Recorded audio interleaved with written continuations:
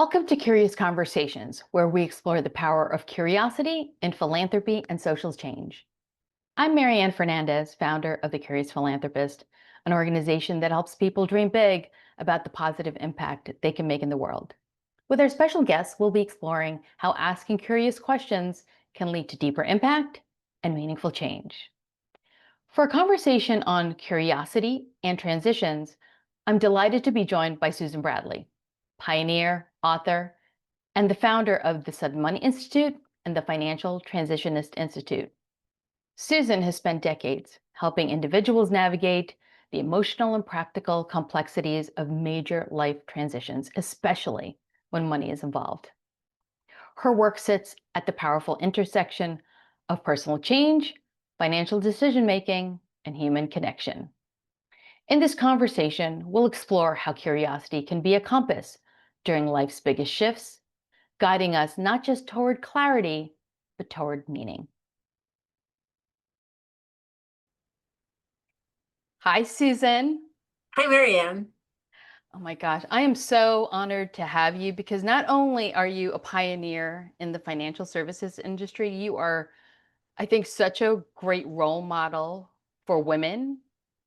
That's the way I think of you personally. So I want to thank you for joining me.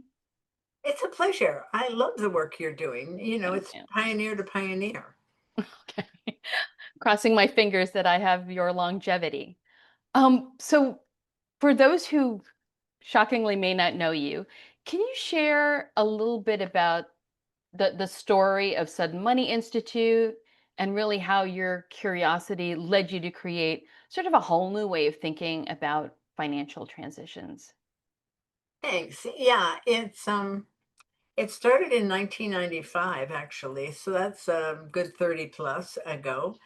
And the thing that happened to me is I was pretty well on track with a career as a CFP in West Palm. I'm in a high net worth area. I had a lot of exposure with TV and radio and all, and life had patterns. It was all good.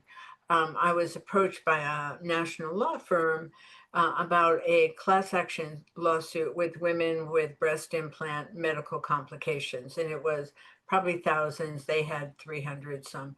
And they took me to lunch, and I'm listening to the stories. And any financial planner would have had the red flags I had. They were talking about people receiving amounts of money that, if you're really naive, you would think it would be life changing, but it wasn't.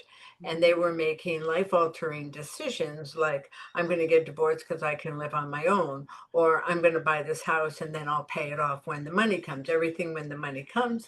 There was no date, there was no guarantee. And my take was these women were in trouble. We agreed that I would write a financial literacy woman to woman piece that they could give to their clients. That was kind of my beat back then, financial literacy, and I was doing women, media, money programs. So easy for me. It was a good thing. And then a month or two later, the company they were suing went into bankruptcy.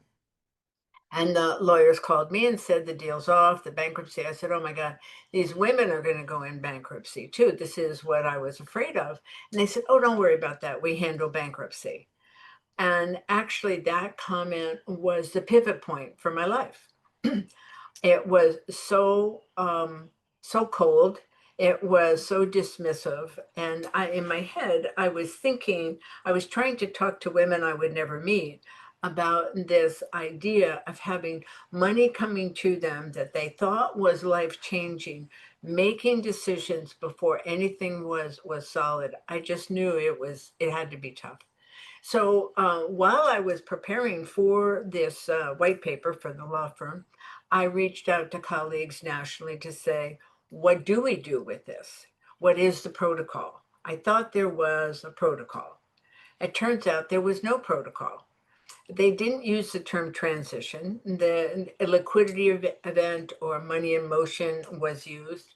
And in the area of legal settlements, the protocol was annuities so that they don't run out of money, life annuities. That was it. And that's maybe appropriate sometimes, but not always. So there was a big hole in the profession that I loved. Mhm. And I didn't just sit in West Palm doing my work with wonderful clients that I was very attached to, but I was curious. And so I was trying to find out more and learning more. And the whole bothered me and the idea of the women's situation. So I ended up writing a book that I really wanted to read. And it ended up being a change management model for financial planning. And it was focused on the human psychology of what the industry called money in motion events, which I called life in motion events.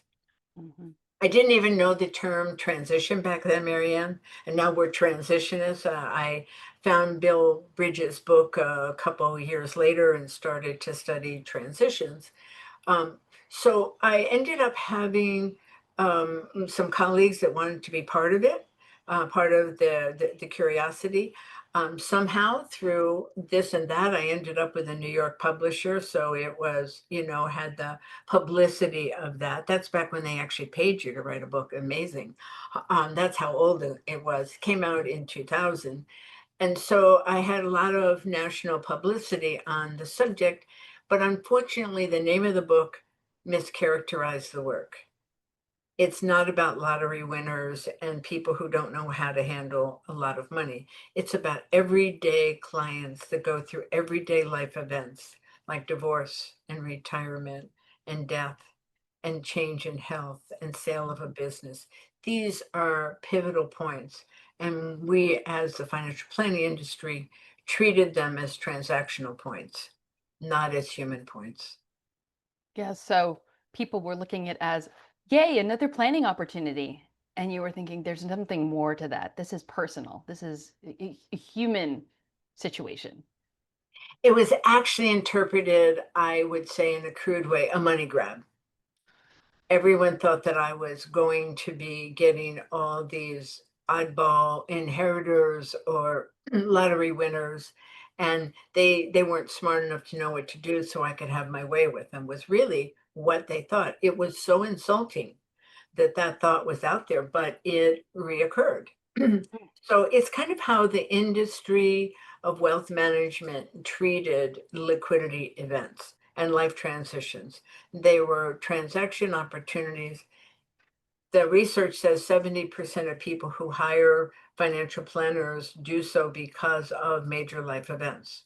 Interesting. Primary reason to hire and fire a financial planner. 81% recent data on widows and divorced women leave their financial advisor in the second year. So there's a lot of inflow and outflow. So yes, it's active, but if you don't see the human side, you miss the whole deal. Mm.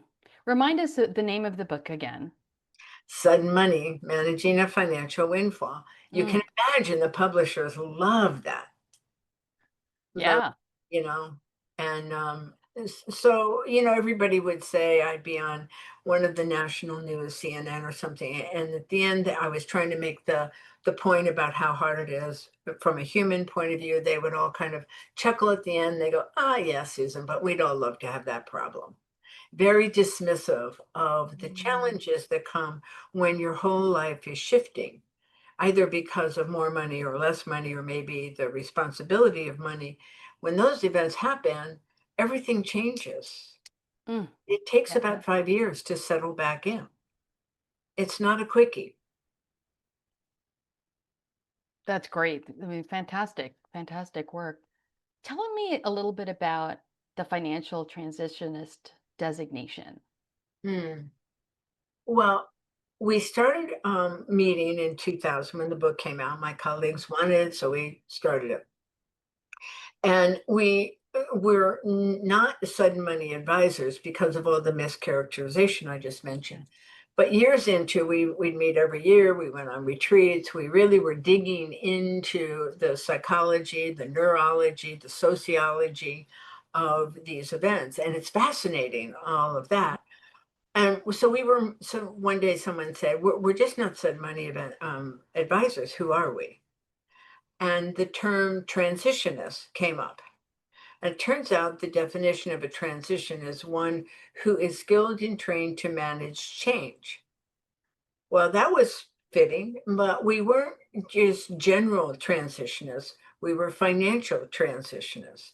And we Mm. weren't just about the financials. So a certified financial transitionist is one who is skilled and trained in managing the human experience of financial change. And so this is a designation through which people can uh, take necessary coursework Oh and yeah. achieve the designation.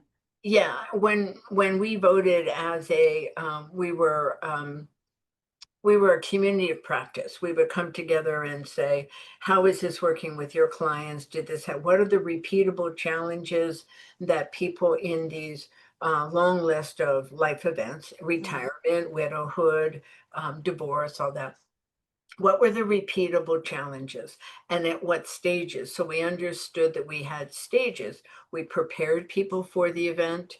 They had an ending stage when the event was happening, when there was Mhm. no going back. And then there was an adjustment, adaptable time we called passage. So we nationally and internationally came together, looked at these, created solutions, tested it out, came back like that. So there was a lot of work. So finally, someone was urging us to do a certification, which is a boatload of work, much more than Mhm. we thought we were going to be doing. So now it's a 12-month program with a 6-hour exam, a written case, and then continuing education. So we're really tight with what we have. We've created protocols, basic core protocols, and then situational. Like in your world, it might come up with stewardship. So, what Mhm. is a stewardship policy?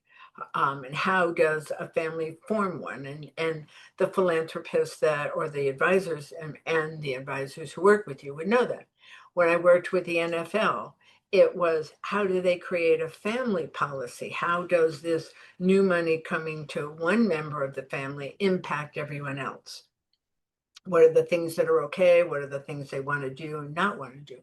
So some things are situational, some things are just core to helping recover brain function in stress, recall, comprehension, how to help your clients take a pause and calm down, recover their cognitive capacity before they go forward, things like that. That's core to us.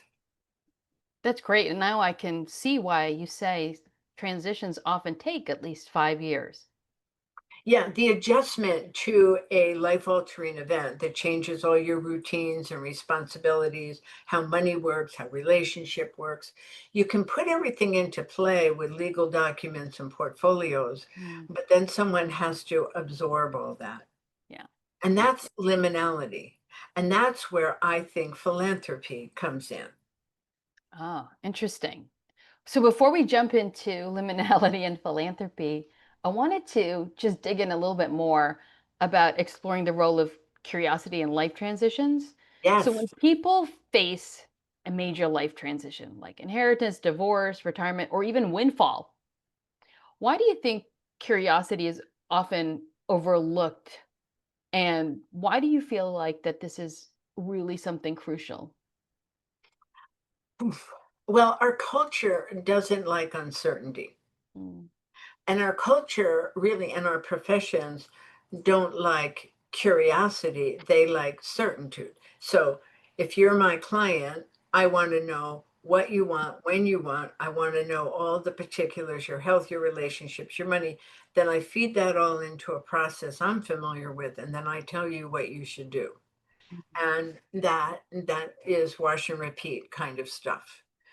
If you say, I don't know what I want, I don't know when I want this. I don't know who I want to be or who I want to be with. That's hard for the advisors.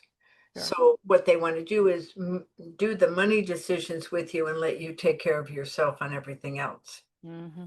And not knowing is exhausting in our culture. No one says, what, you don't know yet? How cool. You're still figuring things out. They think like, gee, it's been a year. Don't you have it together yet?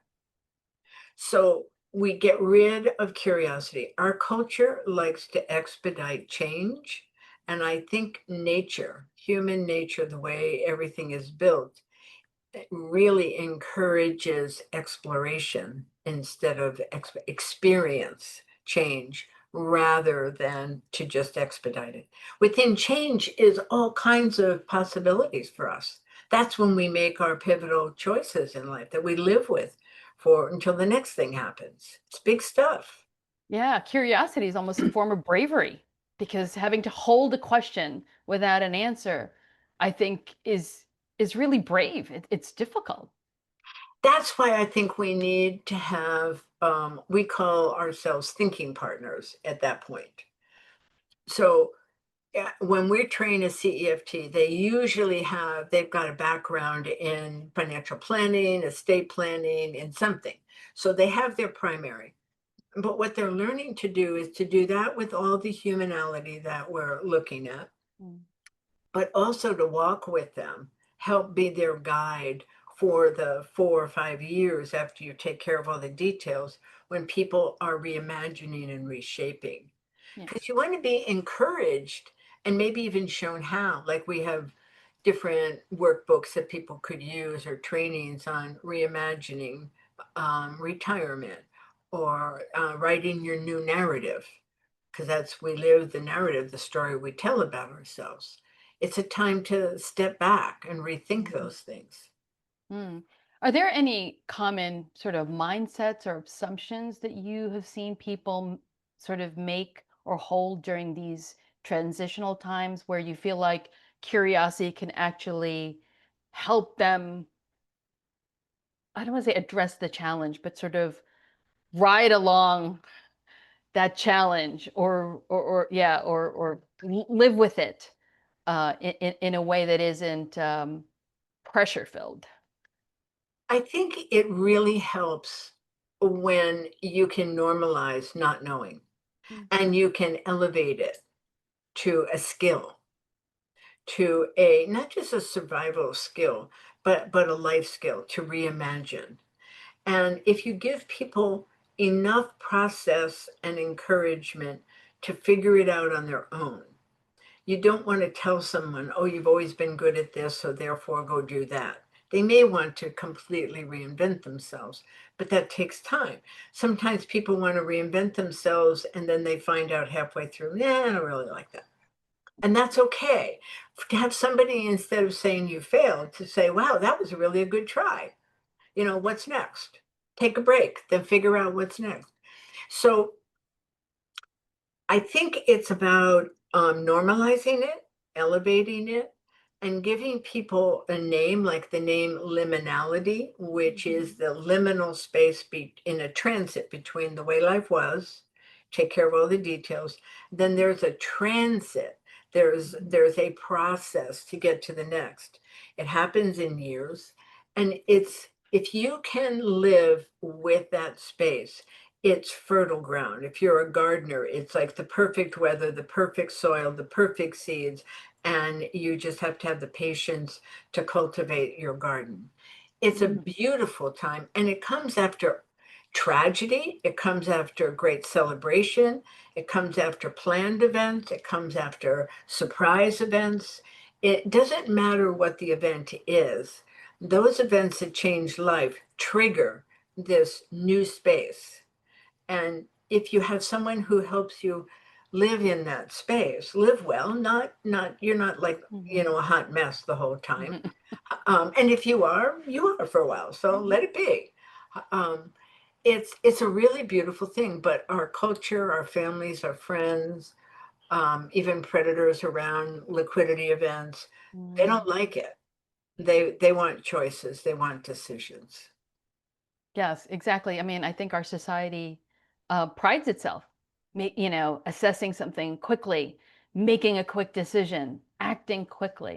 And I think those are a lot of the things that we feel like we're valuing rather than giving people this space to think. And some people are quite good at that, Marianne. Mm. They have really strong intuition. They sort of have a knowing. They have a life history of following their knowings. Mhm. And what we would say, we would walk alongside someone like that. I don't want to say that they're wrong, but we like to always make sure there's room to back up and turn around. You're not locked in. It's the rent rather than buy, Yeah. or it's take the first step and see how it goes and then move forward. Um, some people just like to put it together and they've thought about an event. A lot of inheritors know it's coming and they think about how they would do this or that, or maybe their family has a Mhm. history that they would follow. But when it happens, it's good to step back and say, really? Is this really what I want? And live in questions, don't answer questions. Interesting. Is there a story, an example of where someone's openness to new thinking has really made a major difference in the way they handled a transition? Yeah, there was a story of a woman who knew that there was family money. Mm, And when her grandmother died, she inherited her money, and that wouldn't certainly have been enough to live on and all of that. But it was obvious that that money would go to the two advisors the family had used for a couple of generations. So it was meeting people that she had heard about. Now they were her people. Money goes there. So she wasn't really thinking about it. It didn't feel like it changed her life. Then mm. when her grandfather died, no one really prepared her for, maybe they didn't know, I'm not sure, but she got 10 times the amount of money. And that was not in the family order of game plan. So she stepped out of the family process and she said, "What now?" And she was asking around to her friends. And none of her friends had the family history that she had with multiple generations doing it this way. So they were all fresh. They were sort of first generation women wealth holders. Mm. And she got to talk to them and she got to interview their people and she put together a completely different type of team. We ended up, I love the word that we have a protocol called a brain trust. She loved that. She created her board of advisors. She used this brain trust model and she hired collaborative advisors she had them all get to know each other and get to know her and help her direct because from that point forward, she didn't need money to live on and she had money to pass on to her kids. But now she wanted to make a difference. One of the things that she did was interesting. She loved land, she Mm. loved space. So she made it her business to get to know big tracts of land in the country. Not giant, she wasn't a billionaire, but she wanted to preserve land.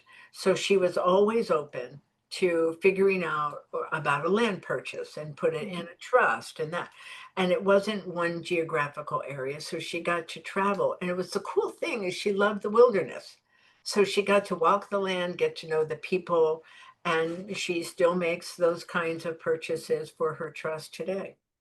I think what I love is that it seems like this openness and this ability to just step out and explore has really enriched her life in a way that maybe she didn't anticipate in the beginning. Never would have happened otherwise. She was on a predictable wash and repeat track that was very comfortable and safe and good and predictable. But yeah, and you don't have to have that kind of wealth. It could be something small.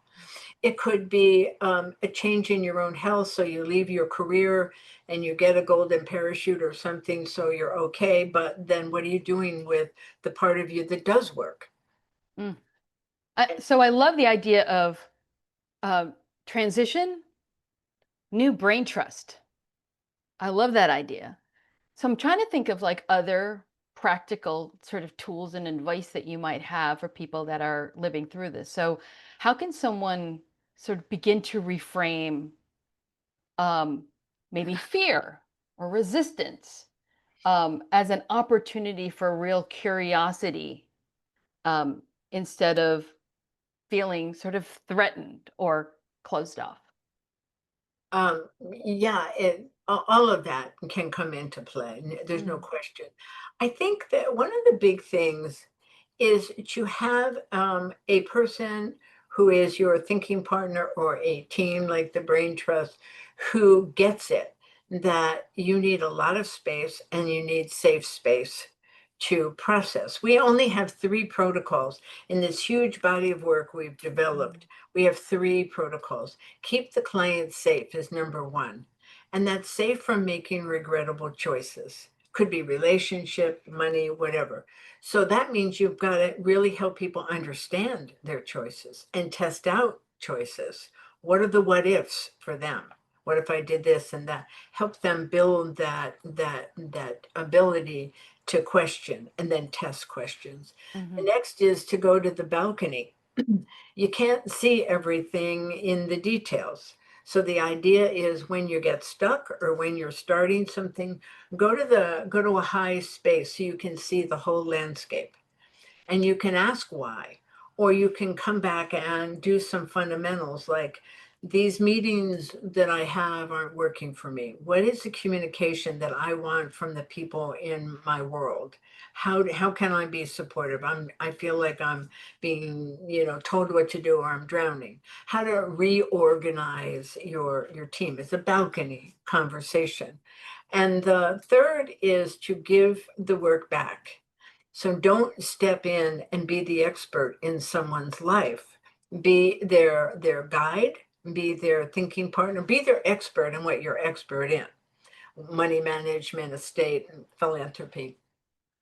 But let them tell you, let them find their words, discover what's important to them.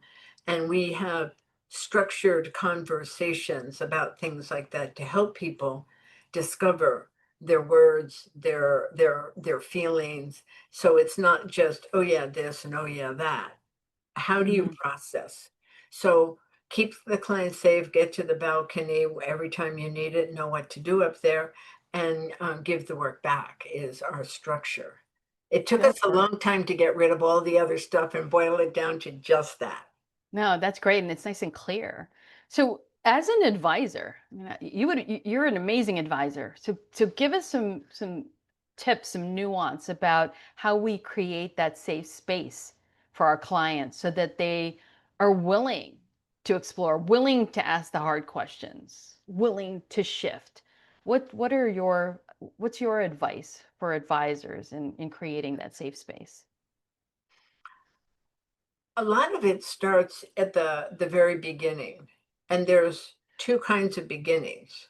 One is when someone comes and you don't know them, they don't know you, and you're testing out a long time, potentially long time relationship. So you're getting to know them. People call it onboarding and that sort of.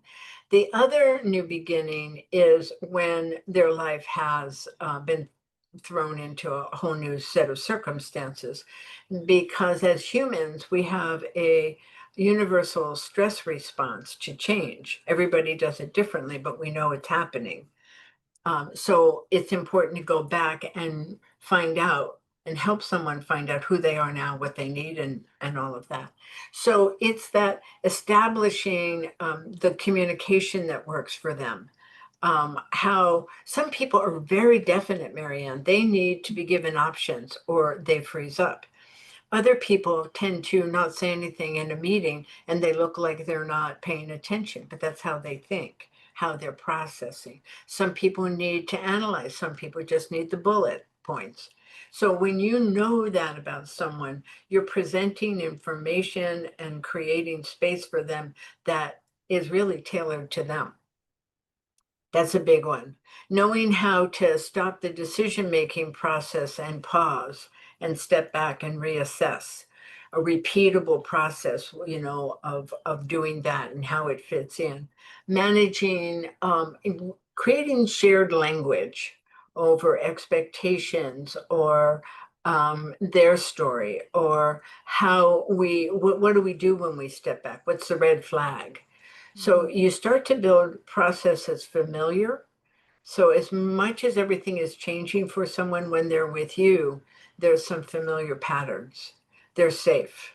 They know you know them, and you know the advisors. You have practiced how you work through all these things, particularly the unknown, not just the known. Does that So help? it's yes, and I think it's what you're saying is striking that balance of giving them space to think and reflect, but also helping them move things forward so they can see a little bit of progress. Oh, yeah, yeah, yeah. Some things really need to be done. There's no question. Yeah. First, you get rid of all, or get rid of, you address all the urgencies, and you put other things on notice for when you're going to get back to them. Sometimes you have to tell family members or even nonprofits that you're very close to that it's going to take you a while before you know how to structure the next gift, how to create space from other people as well. And Yeah. that's a big thing. And be brave enough, as you say, to ask a question of yourself and not know the answer. Not knowing the answer is a good thing, not a bad thing. So we help people live in the question until they come to their answer. And it could take years sometimes for some big questions. Yeah, yeah, and I think being able to live with the question puts you in the position of the learner. So, yay, learning something new, exploring something new. So, like you were saying, it's an opportunity to be excited about, not necessarily Yeah. always feared. There's an old saying, I'm probably as Buddhist from the way it sounds. It says that you build the bridge as you're walking across it. So you're building the bridge to the next with step by step. Yeah. And your advisors are the people who help you with that construction of the bridge as you're building it. They don't build it for you. Mm, that's great. That's great. So, I had to ask you a philanthropy question. Mm, Yeah. So, transitions can be really emotional and, like you said, sometimes can be fraught with some fear and stress. So how can philanthropy be a great tool for people to reimagine themselves and the path forward during these transitions? I think in a perfect world, philanthropy connects you to things you care about, to your purpose. So when life is shifting, maybe the people you when two becomes one, you were always married and now you're not, or when there is more money or less money or different responsibilities, there's sometimes a pretty dramatic adjustment. And part of it is reestablishing your anchors. And philanthropy is a way of establishing an anchor. I care about this. I connect to this. Most people that you and I might be talking to would be making financial gifts, but sometimes it's a lot more than that. It's participating, it's showing up as a volunteer or doing some volunteer admin if not working on the other side. So there are ways that people can start to put anchors out and feel it. So maybe they give some gift and then they participate and then they give more, and helping people understand that that kind of progression, if it needs to happen, is really a good thing, that they're doing the right kind of thing, exploring what matters now. So many people that have had terrible things, like Mothers Against Drunk Drivers, that came from a mother who lost her son in an auto accident, a drunk driving auto accident, and it was her passion. So that all happened. There are some other things that come up. I all of a sudden thought of it as Angie's List. It's not that. It's when we do the alert system uh, Mm, for when there's a child at risk. That was done by a woman who saw the need and just figured out how to build it locally, and it spread nationally. So sometimes it's a life passion. Other times it builds community. But philanthropy is um, it's a big question in transition.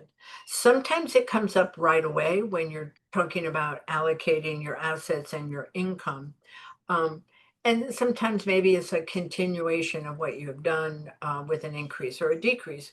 But the exploring new possibilities, And finding other couples or other women who are doing that um, really enhances and enriches that experience. So women in transition tend to understand and gravitate to other women in transition. Widows Yeah. can hang out with widows and that kind of thing.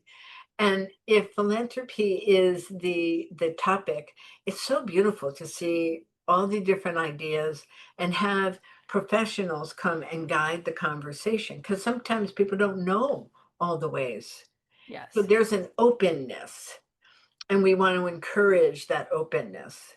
And the ultimate value of philanthropy is purpose in life. It's part of your new narrative. Mm. At this point now, this is who I am. This is what I do with my time and my money and my expertise. Um, I think it's one of the richest experiences you can have in that liminal space. I agree. I think philanthropy is really a journey, and that can really um, I think what you were talking about as well is to think beyond even just the financial gifts, but how can you leverage your network, volunteering personally, or there's skills that you have that you can share. Is there influence that you have where you can, Yeah. sort of stand up and help, um, sort of promote a cause. So I think what you were saying is, this is an opportunity to think of all the gifts that you can put out there. Some people say the purpose of money is freedom. That's a common thing that comes Mm, up. There are many people that think the purpose of money is to share. And it's that kind of person that really gets ignited when they're in this shift where they have more time or more money, and they need to explore. They want to explore, and it's there's a whole world that you can help. yeah. And it's a beautiful part of it, and I think that's one of the things that many wealth advisors don't have training in, they just have the idea. So part of the brain trust would be a philanthropic advisor who can understand how the board works for this client, who the client is, how everybody does things, so that they can really make some suggestions for exploration and curiosity that everyone is on board with. You don't want to be the one who comes on to the brain trust who other people are not working well with. You want it to be a group effort so everyone feels good about it. No, that's great.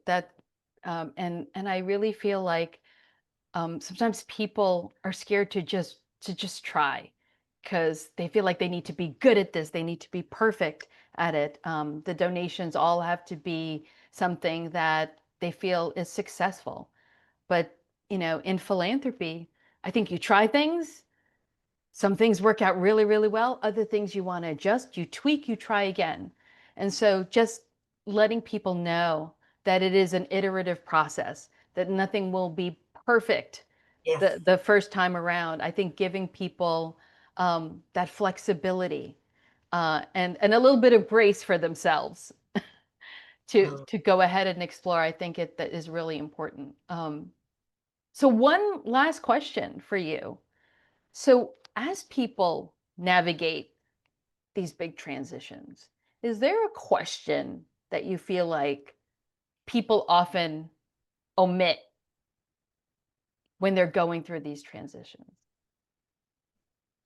A question you mean that they should be asking themselves or that advisors? That they should be asking themselves when they're in these transitions, what they often sort of leave out. I would like people to ask themselves what they feel ready for. Readiness is pretty subjective, and it's okay to say, I'm just not ready for it. Doesn't mean no, doesn't mean yes, I'm not ready. So, readiness is important. The other part of the other statement I like is Dr. Carol Dweck's work of just saying, I'm just not there yet. The power of yet. You haven't failed, you just haven't passed yet. You haven't it's not that you blew it after this life event. Your transition just isn't done yet. You're not there yet.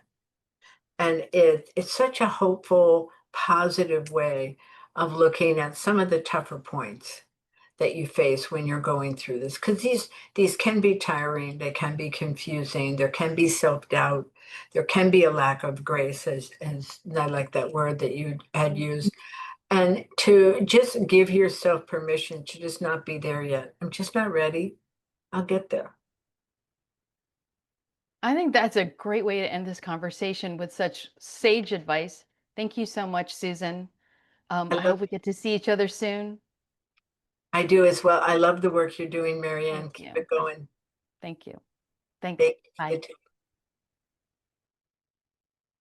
What an insightful conversation with Susan Bradley. She brought so much wisdom to our discussion about navigating life's transitions. It was hard to narrow it down to just a few key takeaways.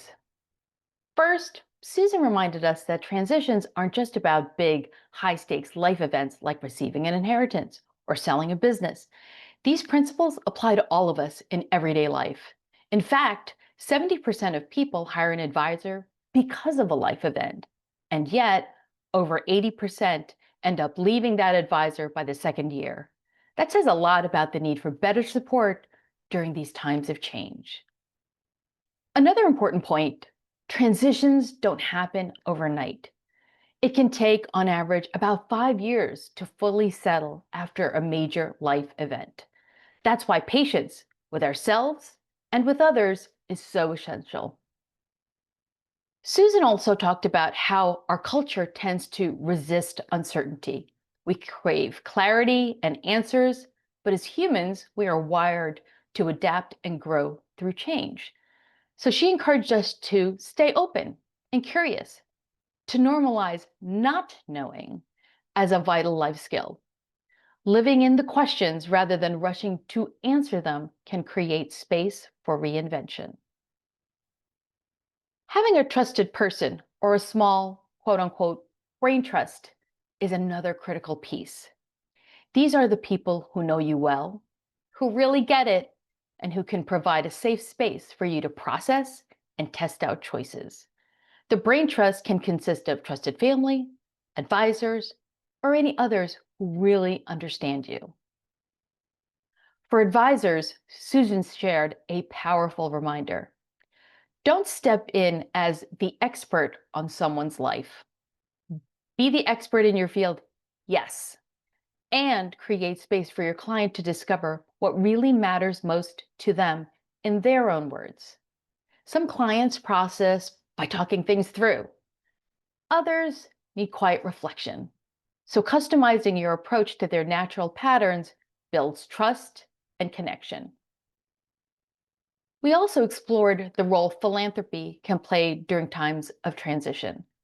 Philanthropy can connect you to your values, your purpose, and to others who share your passions, and many of whom might be navigating their own transitions. Philanthropy also lets you reset your anchors, whether through giving, volunteering, or leveraging your influence. And in that liminal space, discovering a new purpose or narrative for your life can be one of the richest experiences you'll ever have. Finally, I love Susan's question. What do you feel ready for? It's a gentle way to honor where you are in the process. And it's okay to say, I'm just not there yet. You haven't failed. You're simply still finding your way.